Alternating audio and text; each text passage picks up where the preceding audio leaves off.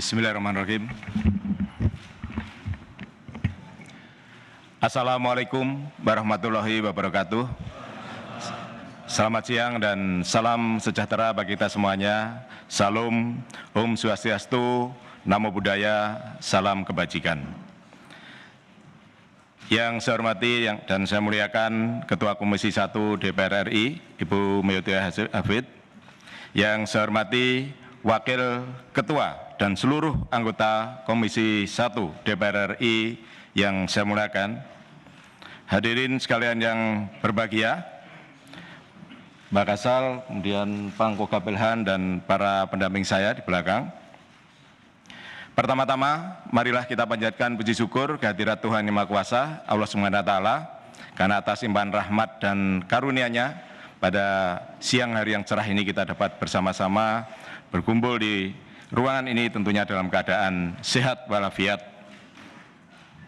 Pertama-tama saya mengucapkan terima kasih dan penghargaan yang setinggi-tingginya kepada Ketua dan seluruh anggota Komisi 1 DPR RI atas kesempatan yang diberikan kepada saya untuk menyampaikan pandangan, pemikiran, visi, dan misi saya dalam rangka uji kelayakan dan kepatutan calon Panglima TNI.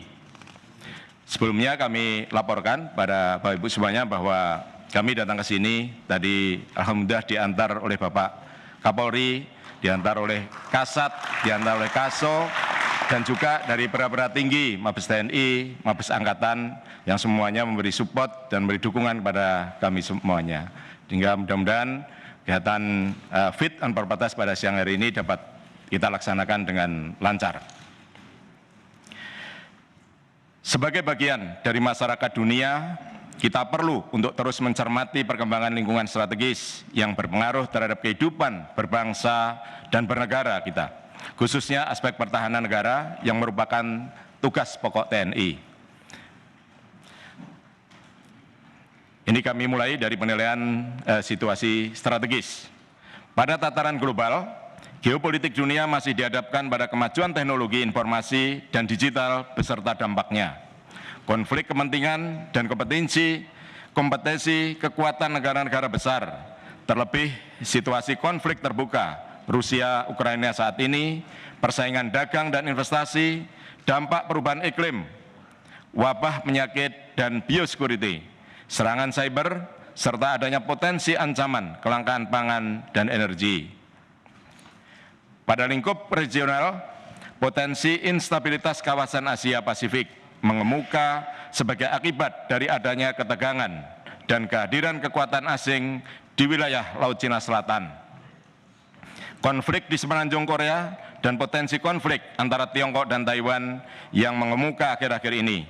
Di samping itu, terdapat pula penguatan kerjasama keamanan antara Amerika Serikat, Australia, India, dan Jepang, serta munculnya aliansi AUKUS antara Australia, Inggris, dan Amerika Serikat untuk mengimbangi strategi Belt and Road Inisiatif Republik Rakyat Cina.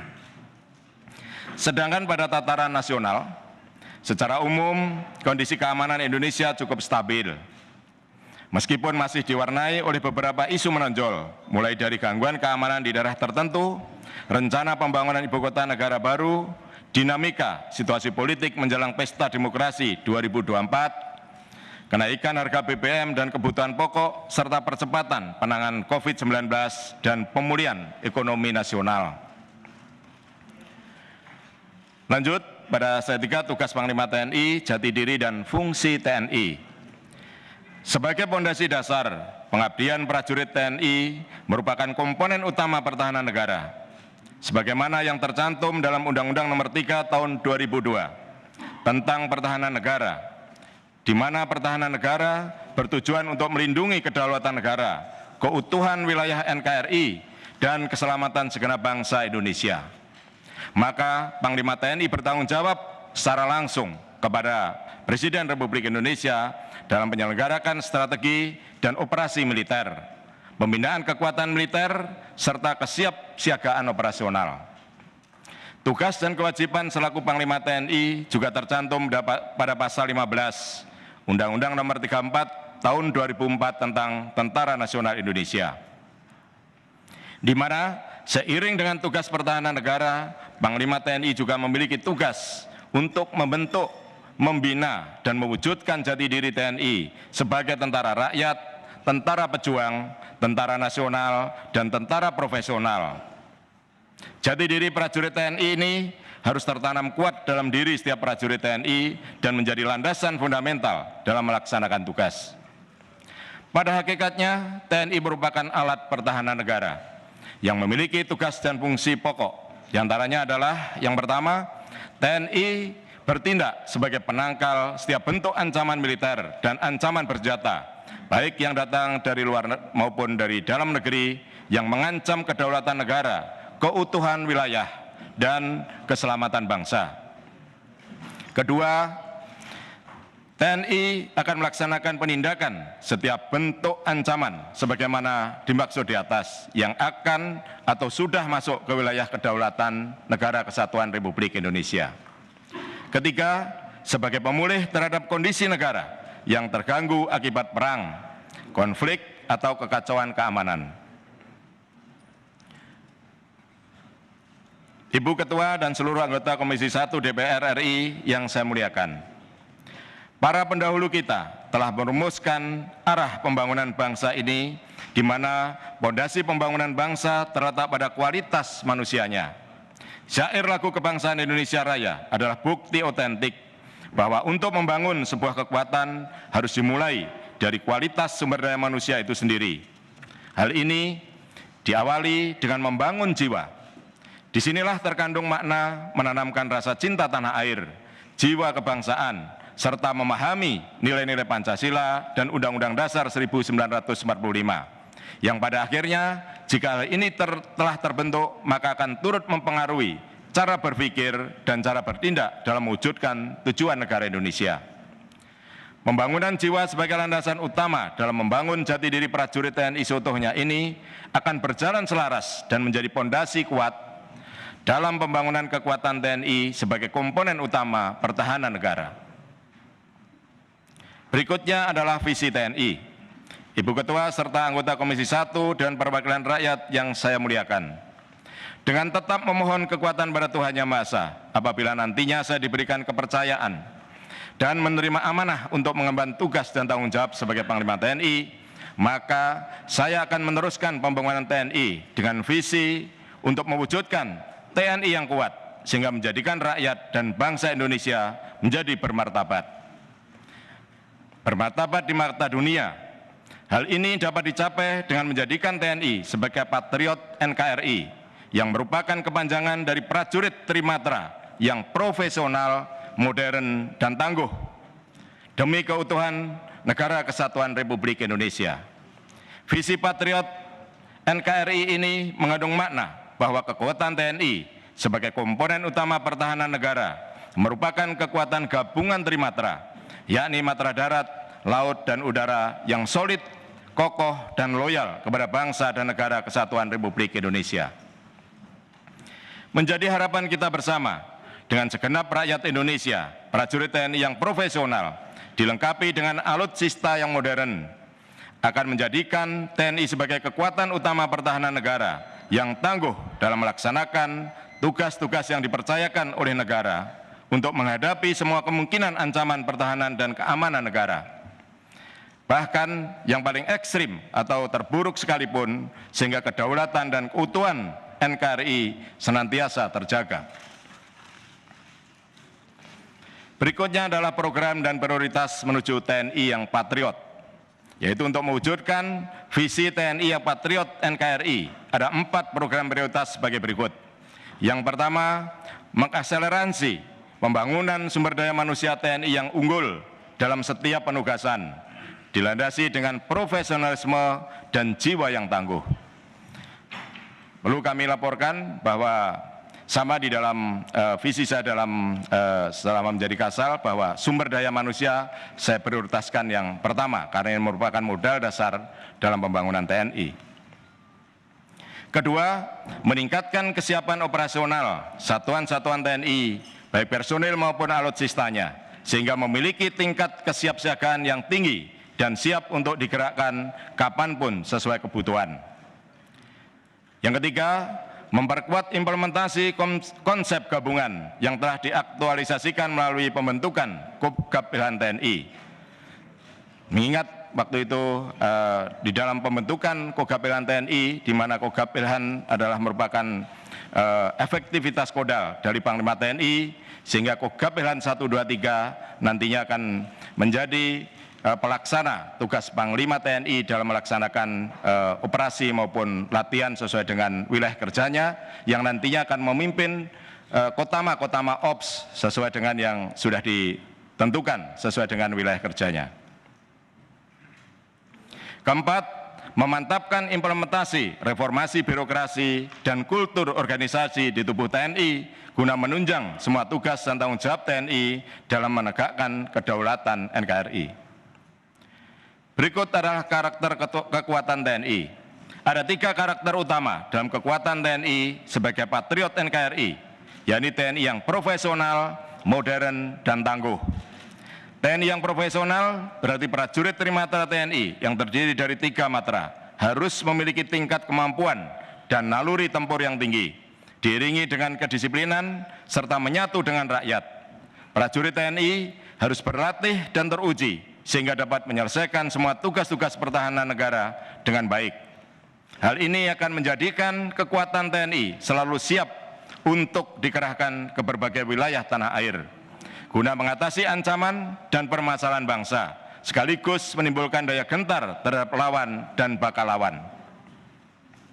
Yang kedua, TNI yang modern dapat dijabarkan sebagai postur TNI yang disegani, dilengkapi dengan alat utama sistem persenjataan atau alutsista yang modern, sehingga memiliki daya gerak atau mobility dan daya gempur atau firepower yang tinggi. Tentunya hal ini juga harus didukung dengan ketersediaan logistik yang memadai, agar dapat beroperasi jarak jauh dan dalam jangka waktu yang lama.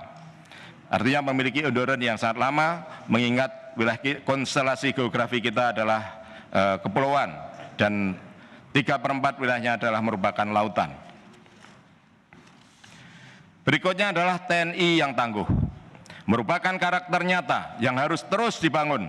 Keteguhan prajurit TNI dapat diartikan sebagai kemampuan dalam mengatasi segala bentuk ancaman dan berhasil dalam melaksanakan setiap tugas yang diemban, serta tidak mudah menyerah dengan kendala yang dihadapi. Ketangguhan TNI tidak hanya siap melaksanakan tugas operasi secara rutin, namun memiliki tingkat kesiapan operasional dan tingkat kesiagaan yang tinggi guna merespon dengan cepat dan tepat setiap ancaman yang dapat mengganggu kedaulatan dan keutuhan wilayah NKRI. Sebagai parameternya, maka kesiapan dan kesiagaan TNI perlu berubah dengan tidak hanya mengandalkan kuantitas atau jumlah saja, namun juga mengedepankan kualitas dan semakin cepat dari hitungan hari menjadi hitungan jam.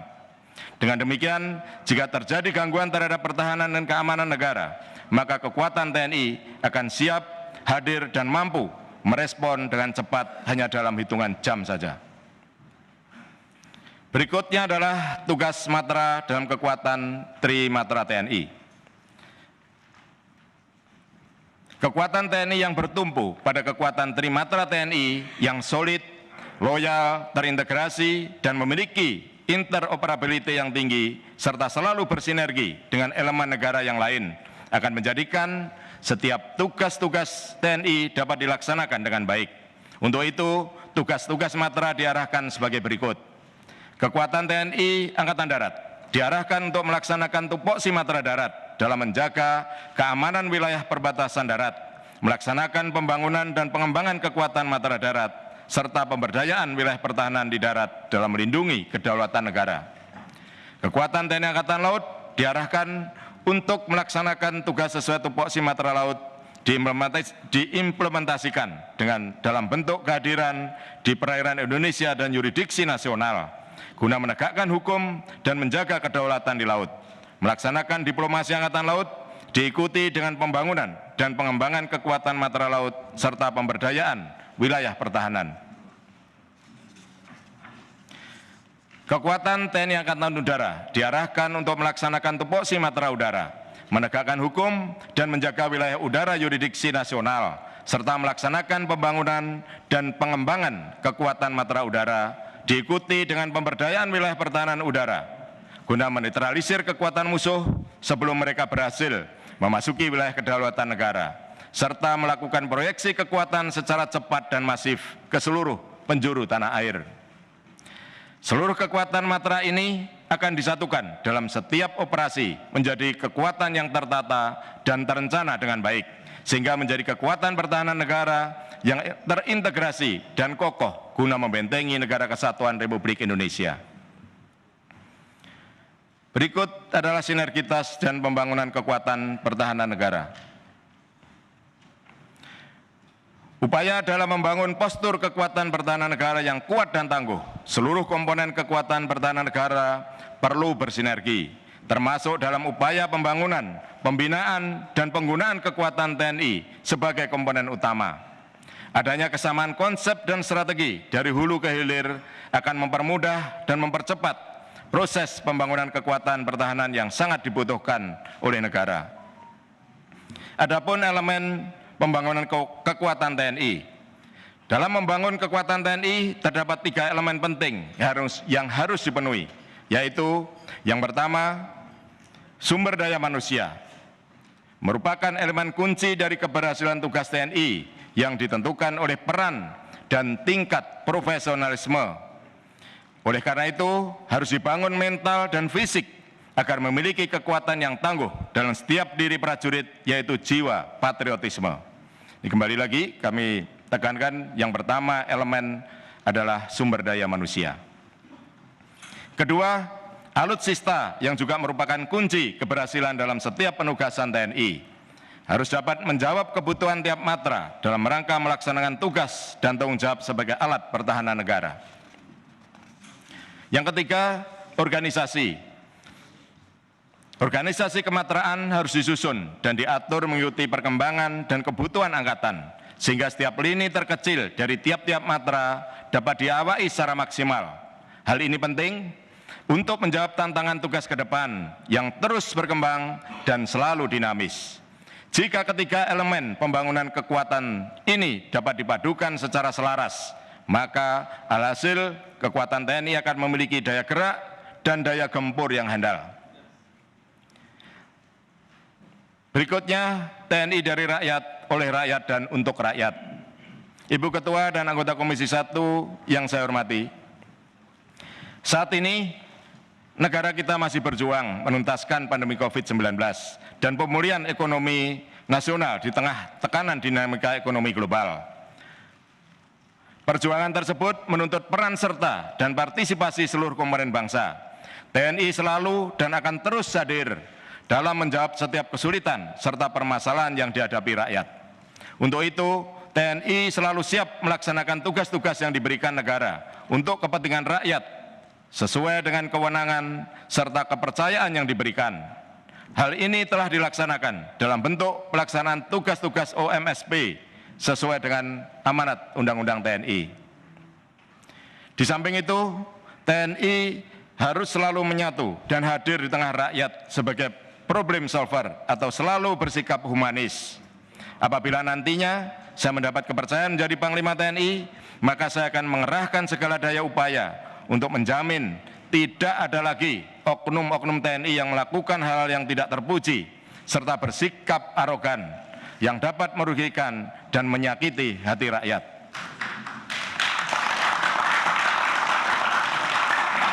Terima kasih. Sebagai tentara rakyat, maka karakter TNI yang dimiliki adalah prajurit yang tegas, namun tetap humanis. Dan disegani, tapi bukan ditakuti. Sesanti 8 wajib TNI harus menjadi pedoman bagi seluruh prajurit untuk bersikap ramah tamah dan sopan santun kepada rakyat, tidak sekali-kali merugikan, menyakiti, dan menakuti hati rakyat. TNI juga harus tampil menjadi contoh dalam sikap sederhana dan selalu hadir membantu negara dalam mengatasi kesulitan rakyat. Ini selalu saya tegaskan, TNI harus tampil menjadi contoh dalam sikap sederhana dan selalu hadir membantu negara dalam mengatasi kesulitan rakyat. 8 wajib TNI harus benar-benar menjadi pedoman kehidupan prajurit dimanapun berada dan bertugas. Bagi rakyat Indonesia, TNI berperan sangat penting dalam meningkatkan kesejahteraan rakyat Indonesia dengan cara mengamankan pembangunan nasional dan memberikan rasa aman kepada rakyat dari segala bentuk ancaman pertahanan dan keamanan negara. Berikut adalah soliditas dan sinergitas TNI dengan komponen pertahanan keamanan negara lainnya. Saya menyadari bahwa disrupsi global yang sangat dinamis dengan perubahan ancaman yang semakin kompleks, sulit diprediksi, serta bersifat multidimensi. Untuk itu, soliditas dan sinergitas TNI dengan seluruh komponen bangsa lainnya adalah kunci keberhasilan pelaksanaan tugas ke depan. Hal tersebut terbagi dalam 3 perisai soliditas dan sinergitas sebagai berikut. Pertama, keterpaduan komponen utama, komponen cadangan, dan komponen pendukung dalam perisai pertahanan negara. Kedua, sinergitas TNI dengan Polri dalam perisai Kamtibmas. Mohon izin Ibu, Bapak, ini ada foto sinergitas TNI dan Polri, saya kira tidak perlu. Jadi saya kira tidak perlu diragukan lagi Pak, karena sejak tahun 91 kami sudah bersinergi. Jadi sinergitas TNI Polri itu baru didengungkan waktu itu tahun-tahun 2015 kalau nggak salah.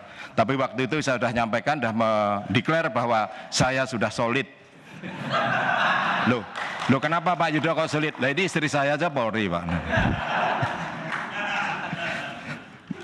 Terima kasih. Ketiga, sinergitas TNI dengan kementerian, lembaga, badan lainnya dalam perisai multidimensi. Confidence building measure. Anggota Dewan yang kami muliakan dan hadirin yang berbahagia. Keberhasilan pelaksanaan tugas TNI juga dipengaruhi oleh keberhasilan dalam menjalin kerjasama dengan kekuatan militer negara lain. Dalam upaya confidence building measure, TNI akan tetap menjaga hubungan baik dan meningkatkan kerjasama baik secara bilateral maupun multilateral dengan angkatan bersenjata ASEAN, kawasan, dan dunia, serta ikut serta menjaga ketertiban dunia melalui operasi perdamaian PBB. Hal ini sejalan dengan politik luar negeri Indonesia bebas aktif serta konsep pertahanan negara defensif aktif. Perlu kami laporkan, kemarin untuk Maritime Task Force baru kita berangkatkan oleh Panglima TNI di Jakarta, yang nanti tanggal 27 Desember akan tiba di daerah operasi di Libanon.